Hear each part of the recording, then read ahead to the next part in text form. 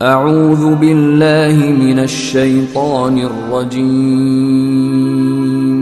بسم اللہ الرحمن الرحیم۔ صلی اللہ علیہ وسلم نے فرمایا عزت معاف کرنے میں ہے۔ عزت کس چیز میں ہے؟ بدلہ لینے میں عزت، یہ حقائق ہے۔ عزت بدلہ لینے، جس نے ایک تھپڑ کے جواب میں دو مارے وہ باعزت نہیں، بلکہ مسند امام احمد بن حنبل پڑھی، حضرت موسیٰ علیہ السلام کوہ طور پہ کھڑے، میرے رسول پاک علیہ السلام فرماتے ہیں جناب موسیٰ علیہ السلام نے اللہ کی بارگاہ میں عرض کیا، اے اللہ ساری دنیا کہتی ہے ہم عزت والے ہیں، ہم عزت والے، من اعز عبادک یا اللہ، اے اللہ تو بتا تیرے بندوں میں عزت والا کون ہے؟ حضرت موسیٰ کہتے ہیں رب کریم نے فرمایا اذا قادر غفارا، جس کے پاس بدلہ لینے کی طاقت ہو پھر بھی معاف کر دے وہ بڑی عزت والا ہوا کرتا ہے۔ جو اینٹ کے جواب میں پتھر مار سکتا ہو، جو گولی کے جواب کے اندر 15 گولیاں مار سکتا ہو لیکن معاف کر دے وہ بڑی عزت والا ہے۔ عزت والا ہے جو معاف کرے۔ حضرت فخر جہاں دہلوی بہت بڑے درویش تھے، سلسلہ عالیہ چشتیہ کا بہت بڑا نام، اور اس صوفی کے آپ حالات پڑھیں تو رب کریم نے بڑا ہی نوازا ہوا تھا۔ دلی کی جامع مسجد کے خطیب، اور ان کی کرامت یہ تھی کہ جو آدمی آ کے سامنے کھڑا ہوتا تھا نا اسے بتانا نہیں پڑتا تھا کہ میرے دل میں کیا ہے، بتانا نہیں پڑتا تھا، سامنے آ کے کھڑا ہوتا تھا تو حضرت ہاتھ اٹھاتے تھے، کہتے تھے اللہ یہ بے اولاد ہے اسے اولاد عطا کر دے۔ دوسرا آ کے کھڑا ہوا، خوشی نہیں ہو رہی آپ کو؟ دوسرا آدمی کھڑا ہوا، دوسرا آدمی، اس نے آ کے کہا دعا کے لیے سامنے کھڑا ہوا تو حضرت کہنے لگے اے اللہ بیمار ہے، وہ کہتا میرے دل میں بات تھی مجھے بتانی نہیں پڑی، اتقوا فراست المؤمن فانہ ینظر بنور اللہ، نبی پاک نے فرمایا مومن کی فراست قلبی سے ڈرا کرو، وہ تو اللہ کے نور سے دیکھتا ہے، نور الہی سے میں بیمار ہوں، کہنا نہیں پڑا، حضرت نے دعا کر دی۔ اب جب اجتماع زیادہ ہو گیا، لوگ بڑھ گئے، دلی کی جامع مسجد کے باہر بھی سبیں بچنے لگی، تو بادشاہ کو ٹینشن ہو گئی کہ یہ مولوی میرے لیے مسئلہ ہی نہ بنا دے کل۔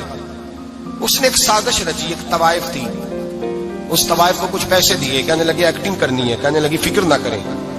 جمعے کا دن تھا، ہزاروں کا مجمع حضرت کے پیچھے جمعہ پڑھنے آیا، حضرت جمعے کی نماز پڑھا کے سیڑھیاں اتر رہے تھے، سائلین کا رش تھا، ادھر بھی لوگ تھے ادھر بھی لوگ، حضرت جا رہے، حضرت نیچے اتر رہے سیڑھیوں سے، دائیں بائیں لوگ ہیں، وہ بی بی آگے بڑھی اور اس طرح اس نے گفتگو شروع کی جیسے بڑا پرانا جاننے والی ہے۔ پتہ کیا لفظ ادا کرتی ہے؟ السلام علیکم، وعلیکم، کیسی طبیعت ہے؟ رات تو پھر آپ آ گئے، ملاقات ہی نہیں ہو سکی، وہ معاف کیجئے گا اس وقت اس لیے آئی ہوں کہ آپ رات کو مجھے کھوٹے سکے دے گئے تھے، کھوٹے سکے، تو میں بازار گئی ہوں تو دکاندار نے لیے نہیں، تو یہ کھوٹے سکے۔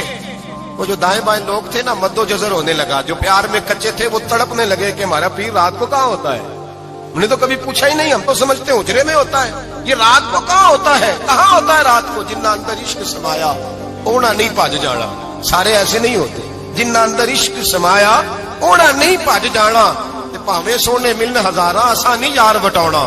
کچھ تو کھڑے تھے کہنے لگے جو مرضی بھی ہو جائے، جو ہم نے دیکھا ہے وہ دیکھ ہی کوئی نہیں سکتا، کوئی جو مرضی، کچھ مد و جزر کا شکار ہے۔ حالات بدلنے لگے، اب وہ بی بی اس طرح گفتگو کر رہی ہے جیسے بڑی پرانی جاننے والی ہے، کہنے لگی کھوٹے سکے دے گئے تھے، دکاندار نے لیے نہیں۔ حضرت کے چہرے پہ کوئی شکن نہیں آیا، آپ نے اپنا ہاتھ اٹھایا، جیب میں ڈالا، الٹا ہاتھ پیسے نکالے اور سیدھا اس بی بی کے سر پہ رکھا، کہنے لگے بیٹی فکر والی بات کوئی نہیں، تو مجھ سے اصلی سکے لے جا، جا اصلی سکے لے جا، تیرا کام ہو جائے، اور فکر نہ کرنا، پھر بھی ضرورت پڑے نا تو آ جانا، میں اصلی سکے دے دوں گا۔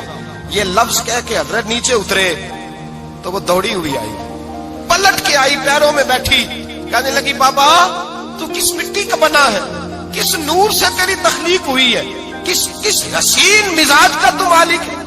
میں وہ بی بی جس کو سارے لوگ گندی نظر سے دیکھتے ہیں معاذ اللہ، اور میں فلاں بادشاہ کے کہنے پر ایکٹنگ کرنے آئی طوائف، اور میں تیرے دروازے پہ تجھے بدنام کرنے آئی ہوں اور تو نے مجھے بیٹی بنا لیا ہے۔ آج تک کسی نے بیٹی نہیں کہا اور تو نے میرے سر پہ ہاتھ رکھ کے کہا بیٹی، یہ لفظ کہے قدموں میں گری، اٹھ کے حضرت نے سر پہ پھر ہاتھ پھیرا، اٹھی، آنسو پونچھے، نقاب اوڑا، کہنے لگی اب میں دلی والوں کو بتاؤں گی کہ فخر جہاں کی بیٹی کس طرح کی ہوا کرتی ہے، اب بتاؤں گی فخر جہاں کی بیٹی کس طرح کی ہوتی ہے۔ فرمایا میرا مکان اب کسی طوائف کا کوٹھا نہیں رہے گا، میں اسے مسجد بناؤں گی، اب قیامت تک وہاں سے یا درود پڑھا جائے گا یا محمد عربی کے نام کی اذانیں پڑھی جائے گی۔ یہ عزت ہے، یہ وقار ہے۔ بھائی آپ کسی کو معاف کر کے تو عزت لے سکتے ہیں. یہ بھی تو ہو سکتا تھا نا پکڑ لو اس کو, یہ تمہارے پیر پہ الزام لگانے آئی ہے, پکڑو مارو, یہ بھی کام ہو سکتا تھا. لیکن حضرت نے معاف کیا. امام زین العابدین میرے مصطفیٰ کریم کے نواسے, امام حسین کا میدان کربلا میں بچ جانے والے اکیلے بیٹے. اور امام زین العابدین فرماتے ہیں میں اگر 1 مہینہ عمرہ کرنے نہ جاؤں تو حجر اسود میری خواب میں آتا ہے اور مجھے آگے کہتا ہے حضور میری آنکھیں ترس گئی ہیں, مجھے دیدار تو کرا جائے, دیدار تو کرا جائے. اور حجر اسود جدھر جدھر جدھر جدھر امام صاحب گھما کرتے تھے آپ کے حالات میں لکھا حجر اسود بھی ادھر ادھر جاتا تھا طواف. اتنی بڑی شخصیت. مسجد نبوی سے نکلے تو ایک آدمی نے گالیاں دینی شروع کر دی. حضرت پہلے تیز چلتے تھے, جب وہ گالیاں دینے لگا تو آہستہ ہو گئے. وہ دیتا رہا. جب آپ کا گھر آ گیا تو آپ فرمانے لگے بھائی میرا مکان آ گیا ہے, کوئی بات اور کرنی ہو تو کر لے, میرے بچوں نے سن لیا تو تجھ سے ناراض ہوں گے. اور پھر وہ شخص کہتا جب یہ لفظ کہے نا تو مجھ پہ سختہ طاری ہو گیا, یہ کیا کہہ رہے ہیں, ہم تو دشمن کو بھی پاکیزہ سزا دیتے ہیں, یہ کیا کہہ رہے ہیں. حضرت نے کہا کوئی بات کرنی ہو تو کر لے, میرا مکان آ گیا ہے. وہ کہتا میں اس بات میں بھی سختے میں تھا.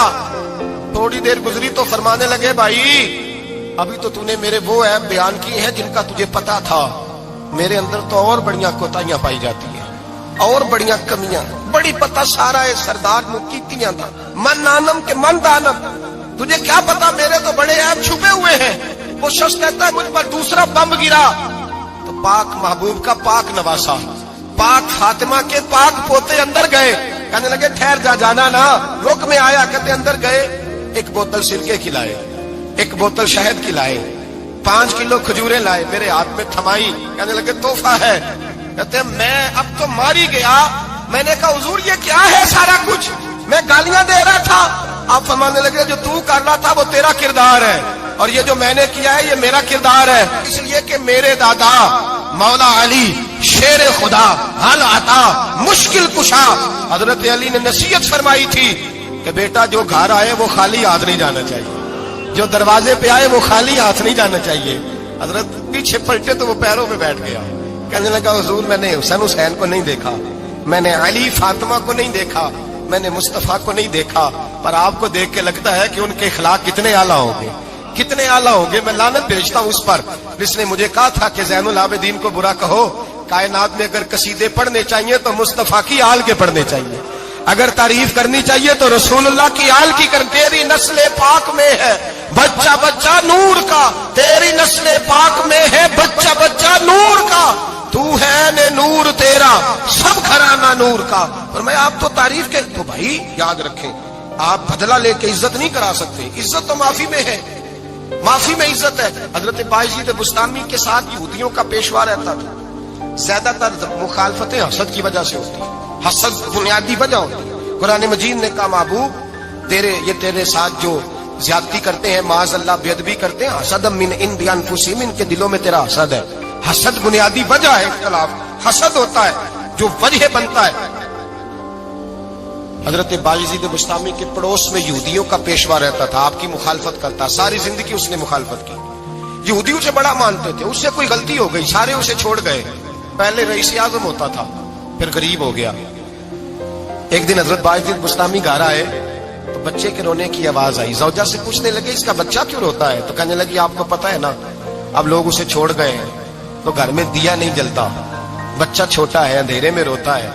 رات گہری ہو گئی تو حضرت بایزید نے اپنے گھر سے دیا اٹھایا, اپنے گھر سے دروازے پہ دستک دی. وہ باہر آیا تو جناب بایزید کا انداز کیا ہے, اس نے مخالفت کی زندگی بھر. انداز کیا ہے, باہر آتے ہی نا آپ فوراً اس کو بولنے نہیں دیا. کہنے لگے بھائی سن لے, میں پہلے بھی آ سکتا تھا, دیر سے اس لیے آیا ہوں کہ گلیاں سنسان ہو جائیں, لوگ سو جائیں, تجھے اور مجھے کوئی نہیں دیکھ رہا ہے کہ میں ہوں دوسرا تو ہے, اور تو مجھے اچھی طرح جانتا ہے. بایزید وہ نہیں کہ جو نیکی کرے گا اور دنیا کو بتائے گا, میں تیرا راز بھی رکھوں گا.